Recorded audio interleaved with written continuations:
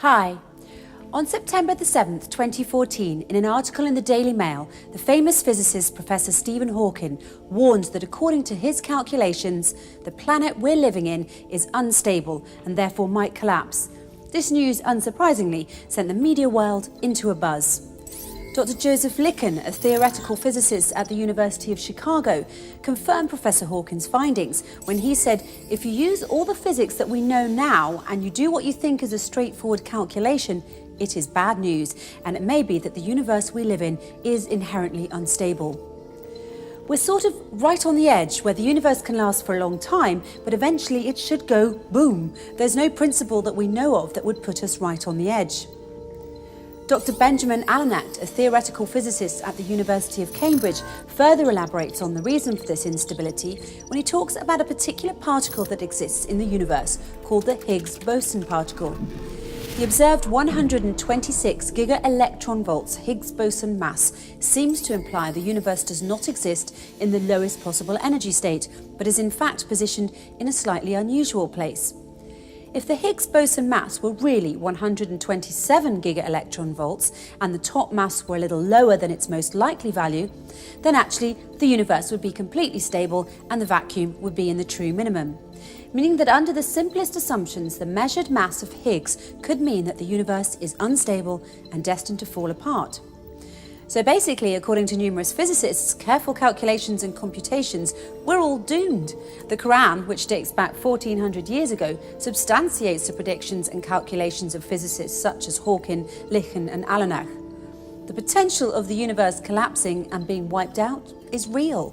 The creator of the universe is well aware of what he created.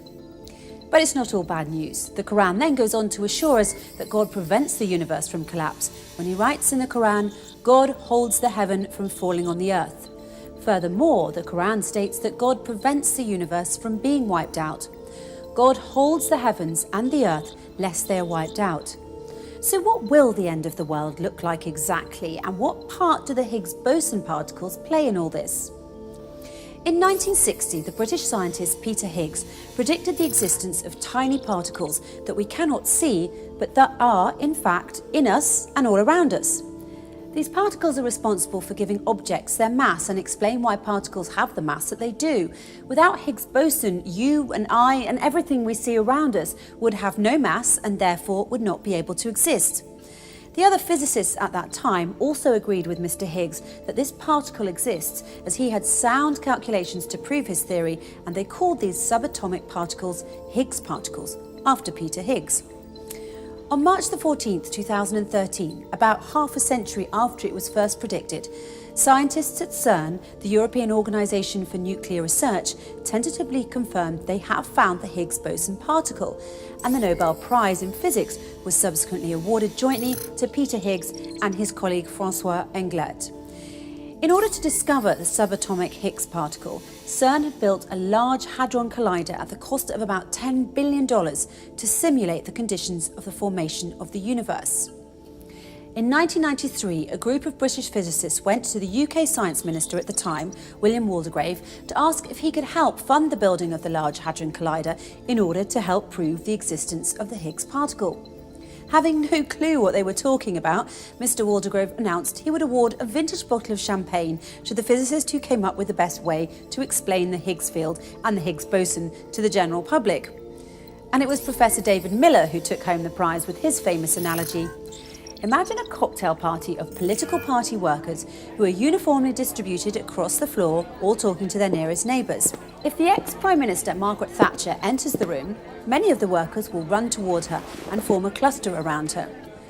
As she moves, other workers run toward her, while the ones she has left return to their places. Because of the knot of people running toward her forming a cluster and then returning back to their spots, she acquires mass. These clusters, which run towards Mrs. Thatcher and then disappear as they return back to their spots, are an analogy to Higgs bosons.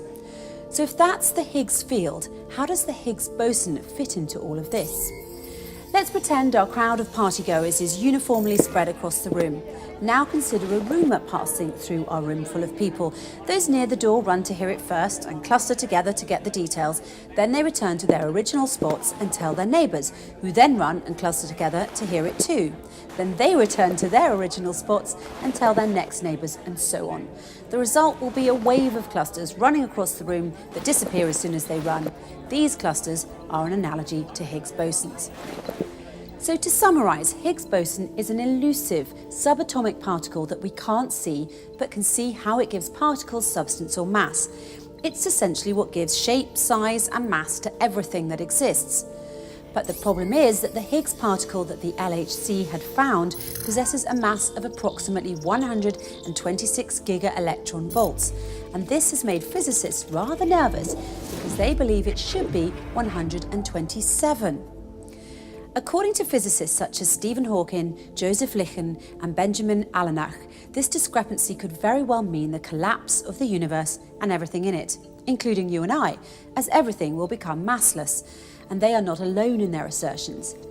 In fact, the Quran also swears that this will take place when the world ends, when it says, "It is the day when people will be like scattered moths, and the mountains shall be as loosened wool." People like moths and mountains like wool sounds like mass loss to me. But there's something else too. In chapter 81 of the Quran, a chapter where God describes in detail the events of the end of the world, there are two particular verses that are of great interest to us and what we've just learned. "So verily I, God, swear by clusters you can't see, as soon as they run, they disappear." That's the English translation, but the words used in the original Arabic are more nuanced than a translation can express. Three words in particular that are used in this verse are khunes and al-jawari al-kunes.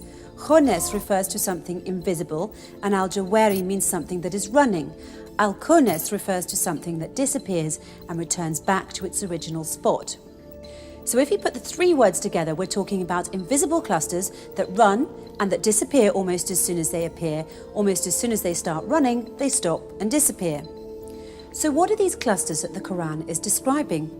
They're none other than the infamous and elusive Higgs boson particles, which explains why the end of the universe will come about not due to volcanic activity, meteor showers, or an asteroid hitting the Earth, as NASA claims.